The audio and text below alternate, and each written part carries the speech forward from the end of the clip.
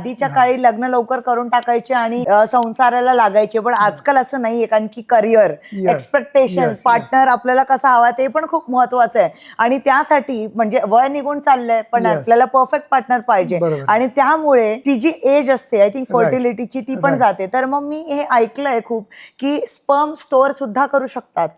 पण हे किती फिजिबल आहे? स्पर्म स्टोअर करण्याची जी प्रक्रिया आहे ती अजून आपल्या भारत देशामध्ये खूप कॉमन नाही, तर त्याच्यामुळे आम्ही तर काही जास्त कोणाला ऍडवाइस करत नाही. पण आजच्या स्थितीमध्ये हे तू बरोबर बोलते आहे की आज करिअरच्या पाठीमागे लागून आज लग्न थोडं उशिरा होत आहे. म्हणून इन्फर्टिलिटीचे प्रमाण खूप जास्त वाढलेले आहे. आणि मी तुला सांगितलंच की आज म्हणजे WHO नेच आपलं सिमेन एक्झामिनेशन जे प्रमाण आहे ते कमी केलेलं आहे. कारण त्यांनी टेस्ट केले असतील तर कोणाचे आता 40 मिलियन 50 मिलियन पूर्वी आम्ही आमच्या काळात म्हणजे आजच्या 40 वर्षापूर्वी जेव्हा मी सिमेन एक्झामिनेशन करायचो तर 110 120 150 मिलियन पण काउंट आम्हाला मिळायचं. पण आजच्या स्थितीमध्ये हार्डली 40 60 70च्या वर आम्हाला कोणाला दिसत नाही.